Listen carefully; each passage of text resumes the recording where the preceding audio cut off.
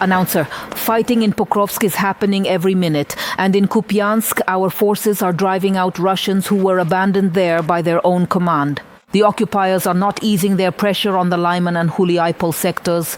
The enemy has changed tactics, relying on infantry groups, weather conditions, and innovative yet insidious technologies.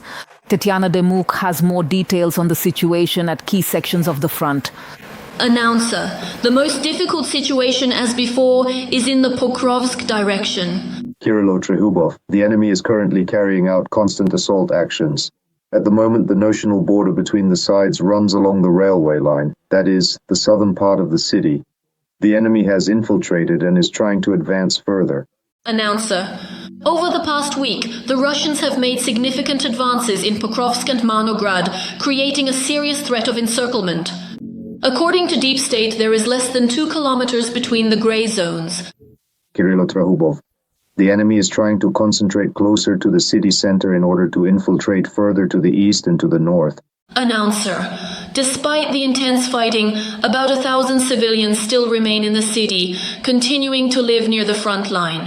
A video even appeared online showing a woman supposedly working out on a treadmill in Pokrovsk. Kirilo Trehubov, they haven't evacuated, they continue living their lives. The guys at the positions tell some rather strange stories. There where there's a firefight going on, just 30 meters away someone is cooking borscht on a wood stove. Narrator. Recently, a video appeared online showing local waiters smiling at the invaders against a backdrop of graves and ruins left by the Russians' own shelling. We've been waiting for you. Everyone who stayed here waited, and finally you came. Narrator. Another important direction is Kupiansk.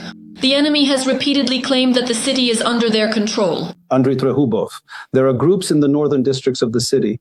These groups tried very hard at the beginning of November to carry out active operations to break through to the center, even to the southern districts, but they were effectively isolated. Narrator. That's why now they're trying to bypass from the flanks. At the same time, the intensity of the offensive here is not increasing because, according to Trehubov, the Russian command probably considers the city already captured.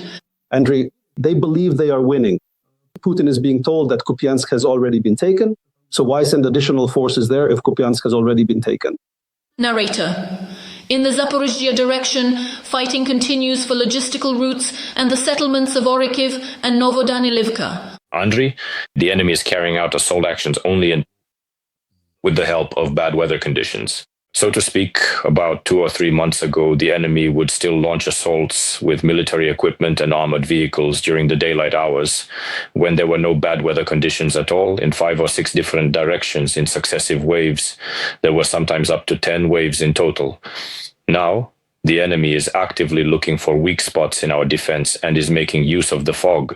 The occupiers' goal is not only to seize territory, but also to terrorize Zaporizhzhia with artillery fire to put pressure on the authorities and the civilian population. In addition, new dangerous drones are being detected in the Zaporizhzhia region. Andrei, such as, for example, the Zaduni drones, that's one.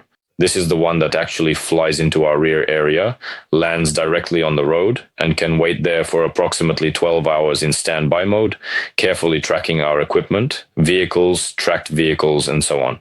Narrator, an analysis of the operational situation at the front provides a clear understanding of the occupiers' objectives. They aim to exhaust Ukrainian forces, disrupt logistics, and sow panic in the rear. Tatiana Demuk, We Are Ukraine Marathon, United News.